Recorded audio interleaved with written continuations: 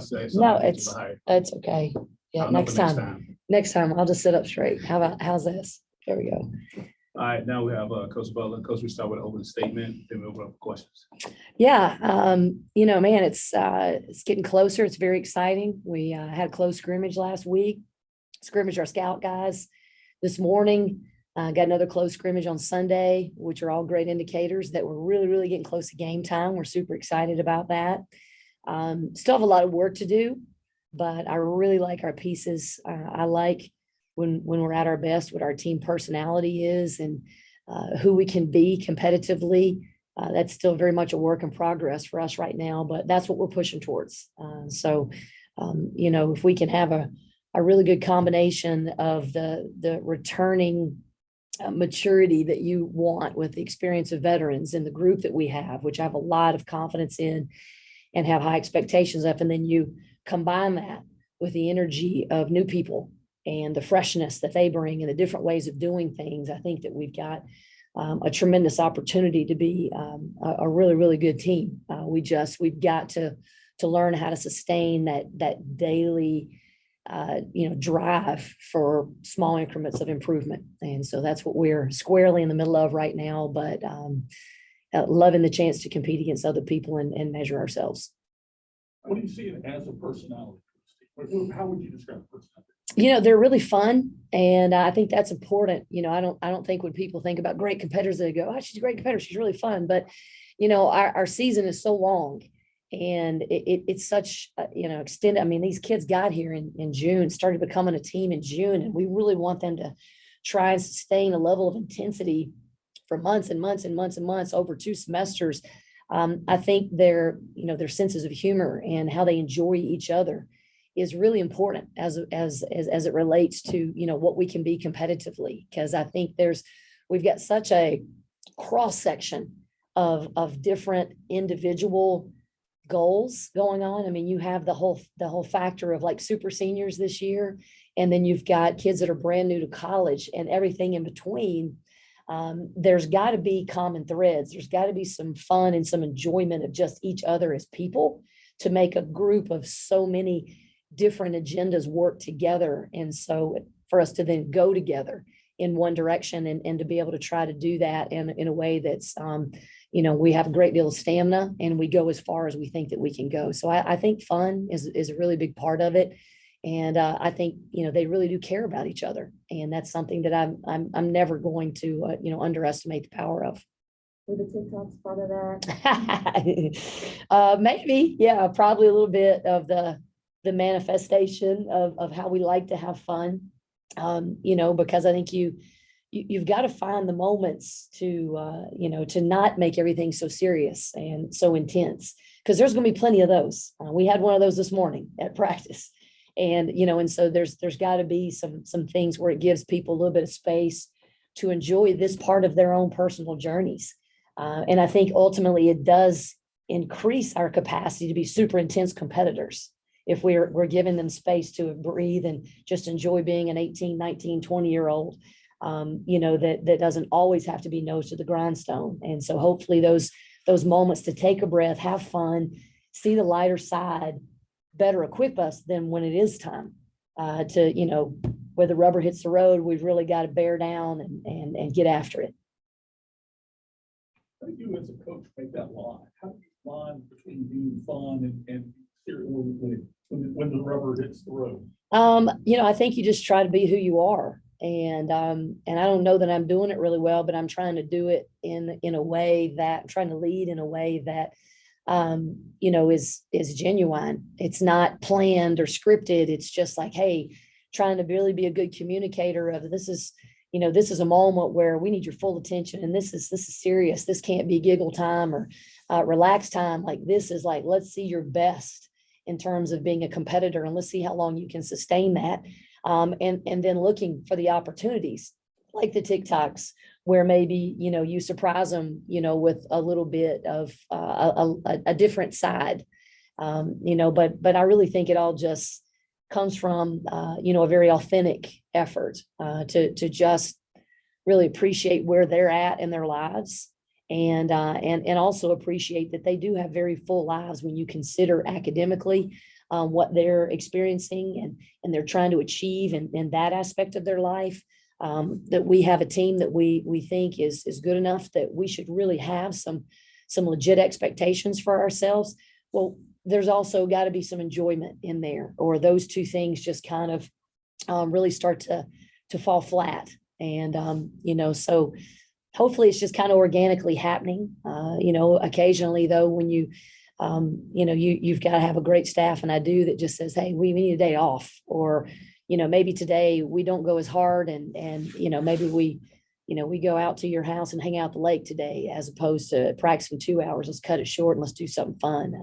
But I think it's that, kind of collective effort of everybody trying to take the temperature of the team and figure out what do they need.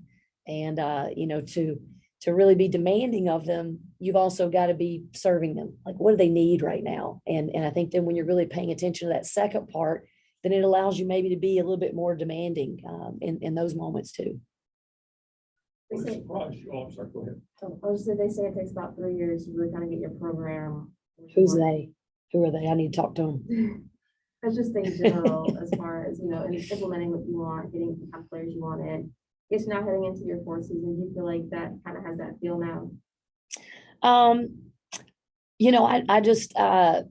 I've kind of made a joke about your timeline because, the moment that I became the head coach here, I had a team, and I didn't expect less of that team because they weren't kids I recruited. And now we're at a point where we're mostly teams that, our staff has recruited, and we still have high expectations, but the expectations, should match what each individual team's potential is. And so I think we have really high expectations for Team 47, because I think Team 47 has a lot of really, really good, talented pieces, regardless of how they arrived here or when, or, where they're at on their timeline. That's not as relevant to me as who they are. And let's maximize who they are. And let's try to, love them really, really well, the same way that we have Team 44 and Team 45 and Team 46. But I hope that what we're doing though each year is making progress towards making Clemson women's basketball its absolute best, and that I'm learning as a head coach how to do that a little bit better and a little bit better and a little bit better every year. And that hopefully the trend continues to go in that positive direction. Are you seeing something in practice that surprised you? Or you Surprises in practice. I will say I was really pleasantly surprised in our scrimmage the other day. We played a really, really quality opponent, and we did a really good job of turning them over. And I wouldn't necessarily say that was a surprise, as much as, there's always aspects of your team that you're hopeful about, but you kind of have to discover as they happen. And I think that it was a really good statement, for us in a game, again, against a quality opponent, where we could take some confidence from how good our defense can make us. Because I think a lot of our pieces that have made us feel confident about who we can be as Team 47, a lot of that comes from thinking of the offensive side of the ball. And so that wouldn't, like I said, not necessarily a surprise, but it was definitely a positive discovery that hopefully we can give some energy to and build on. Keira Lewis, what do you feel like she kind of brings in? How has that been, kind of getting her in the fold, especially everything that, she's been through up to this point? She's very important. I mean, she's very, very important. She's had a tremendous amount of success as a college athlete already, obviously in different programs, but we get the benefit of that. Hopefully the things that she's learned that makes her special, and the things that she knows she has to improve on. One of the things that has been an area where we've needed to improve has been our point guard play, and really having that true point guard. And that's what she wants to be. And so I think she definitely has the capability of that.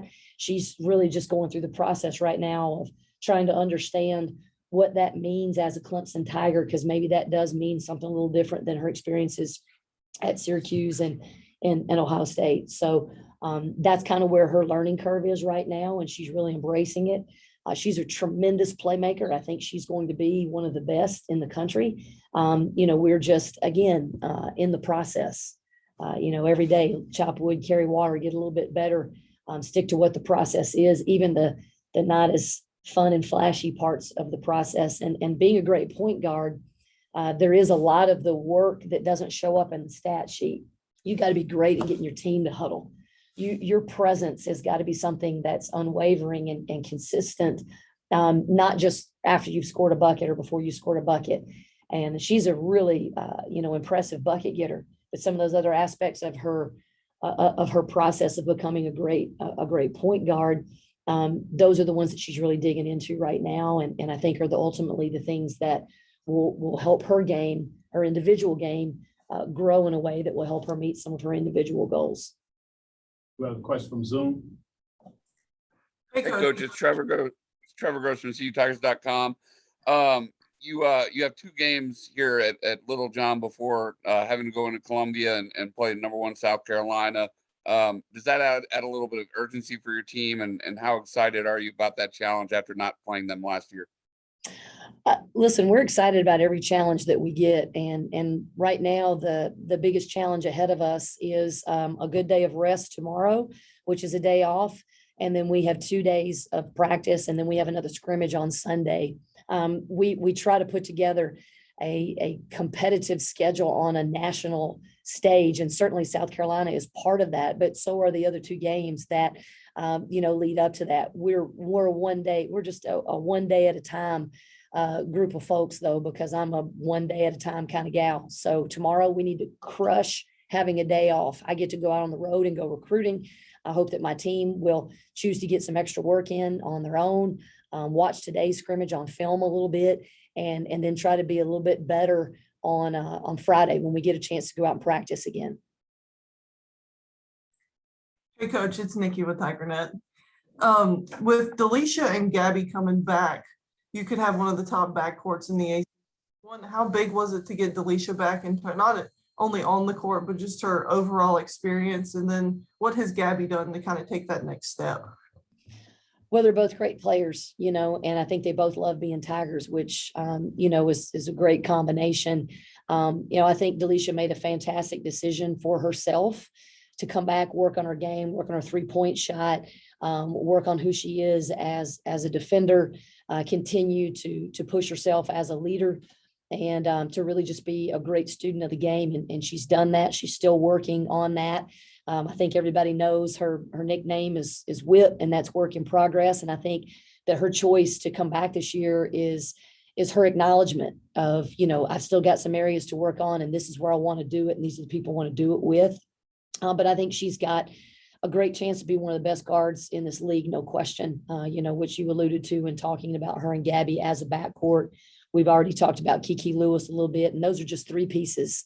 We've got several new people that you guys don't know as much about that I think are going to be fun to watch and fun for our fans and for the media to discover.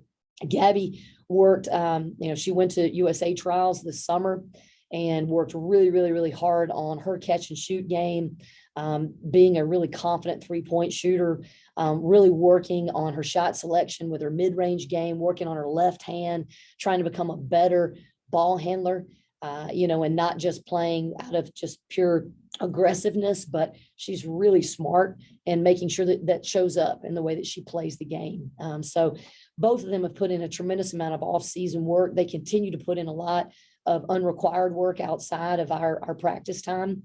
And I think that they'll certainly be, veterans that are part of a really special veteran group that will anchor us. No doubt about it. A lot of challenges still ahead, a lot of room for growth still. But the exciting thing is that both of them want that. They want to keep growing. They want to be pushed. They want to be challenged, and not at all wanting to rest on their laurels. Coach, it's Trevor again. Speaking of your backcourt, what are your thoughts on the 3-point line moving out to the men's, and how will that impact your team? Well, my thoughts is it happened. So it doesn't really matter what I think.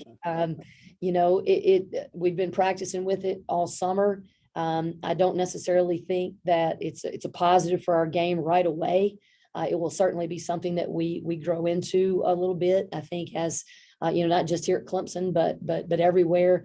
But I think what it does is it makes it a little bit tougher for the players who maybe don't fall into the category of shooter, that fall into other categories, maybe one of our bigs who's expanding her game or that sort of thing to be able to add that layer to their game, since that line's going to be a little bit further back. It makes it a little bit more of a daunting task. However, put the work in. That's what we're going to do. We're going to put the work in. We're not at all going to be what I would consider to be a volume 3-point shooting team, but we want to be a confident and competent 3-point shooting team and understand what a good 3 is for us, who we want shooting those, and when we want those shots to go up, and just be ready to step up and knock them down when it's your shot. Kind of Coach, this related to that, you had Kendall Spray graduated. Do you have anybody that can kind of step into that role and be that sharpshooter for you? Well, Kendall was really unique, no question about that. I mean, we all got to see her range, but she was also very much a specialist. So I think the thing that I'm excited about is that we have a lot more players that can shoot this year. Maybe not as many people that we would go, oh, she's a shooter, that's what she does. But ultimately, I think that makes us harder to guard. If we have more 2-way or 3-way scores, people that can get all the way to the rim, have a legit mid-range, and their 3 ball is more of a counter than their primary weapon. But we have a lot of people. I've already mentioned Gabby and Whip as 2 that have really improved their 3-point shooting game. Hannah Hank is another one of those returners that's put a lot of time in the gym to be more of a pick and pop type player than always having to be the pick and roll type player. Amari Robinson, another one. So I think that we're going to have those 3 spread out over more people, as opposed to being concentrated just in one area with one individual. And ultimately, hopefully that makes us harder to guard. Coach, this is Matt Connolly with ClemsonSports.com. You mentioned going out recruiting. I'm just wondering how the reception's been on the recruiting trail, and then to some of the freshmen coming in this year, if you could speak about some of those that may be able to help you. I love our freshman class. I love their energy. I love their spirit and their personality. I think that they really have added a lot to our team's personality, just in terms of how enjoyable the group is, how connected the group is. They all speak up. They all are typical freshmen in a lot of ways, of the things they're nervous about or uneasy about and the things that they're learning, but just who they are, their who factor in each one of them is very big and has made a big impact on our team already. I think when you talk about just from a basketball standpoint, we kind of have a great balance amongst the 5 of them. Sydney Standifer is a really, really good shooter. She's someone that can play for us at the point. She really studies the game and thinks the game is a hard worker, but she can also play off the ball and be a very threatening person in terms of stretching the court out and opening driving lanes for our attackers. Same thing with Maddie Ott. Maddie was a COVID kid. We didn't get to really get out and see her play live, just because of the way all the restrictions fell. And so we did a lot of studying Maddie on film, and she did a lot of studying Clemson from afar as well. But I'm really glad we're together. Maddie is tremendous confidence, big voice. I think she is definitely going to have a significant leadership role on this team, not only as a freshman, but also going forward. But she's a great communicator. And when you're a great communicator, you can find your way onto the floor. She can also shoot it as well. Kiana Gaines, which we affectionately refer to as Cash, because we couldn't have 2 Kikis. She's one of those players that had a lot of notoriety coming in, had some injuries and some things that kind of got her sidetracked early on, but she is catching up very quickly. An elite athlete, a great teammate, a very well-rounded skill set. And the more reps and the more practices that she gets underneath her belt, the more special that she's definitely going to be. Same thing with Michaela Elmore. She's a big player, but is more of a perimeter skill set. She can shoot it, learning how to use her size to defend and how to use her length and size to be a better passer. But again, just a really good energy player, a great pick and pop type player, someone who just really adds to our overall size and length. And we really like that. And then Eno Inyang is someone that we've been playing at the 5. And we jokingly say that she has a really boring game. All she does is catch every pass that's thrown and finish layups. But there's no coach anywhere who ever gets tired of seeing that. And so her consistency is really, I think, going to be a great threat for us in the paint as she's learning the speed of the college game. You know, how your body as a freshman has to change to be able to keep up and endure just the physical rigors of offense and defense. But I love that group, really, really do. I think that they're going to continue to evolve this season and have an impact. But certainly in years to come, they're going to be some Tiger favorites in there. You're able to go out to the transfer market and bring LaTrese in. She's another one of those kind of super seniors. What have you seen from her so far? Yeah, tremendous amount of consistency. I think, you know, she's a player that I feel like every day she realizes more and more reasons why she's a legitimate big in this league. You know, she was the offensive, she was the defensive player of the league in the OVC, and really got a reputation as a rim protector, but she is so much more than that. And she's really discovering that. She also, I think, is someone that is impacting our team in a positive way as a teammate. You know, but she's a big time pick and roll type player who also can play big time defense on the other end. We've just got to work really hard to make sure that we learn how to play that big time defense without fouling. I think she's also going to discover as the season goes on how she can become more of an elite rebounder. Also in that group of transfers, we have Deja Bradford, which we refer to as Nunu. Nunu she's just an energizer bunny. She's someone that we have tremendous confidence in being one of those full court defenders, someone who can guard every dribble, but she's very dynamic with the ball in her hands, complements that game off the dribble really, really well with her 3-point shot. And again, it's just learning. She's just learning all the different levels and layers that she has to her game, which maybe previously she didn't have to tap into as much. But we really like the way the whole picture looks with all those new kids. Are there any more questions from Zoom? If not, Coach, thank you. Yep. Go Tigers. Thanks, y'all. Thanks, Coach.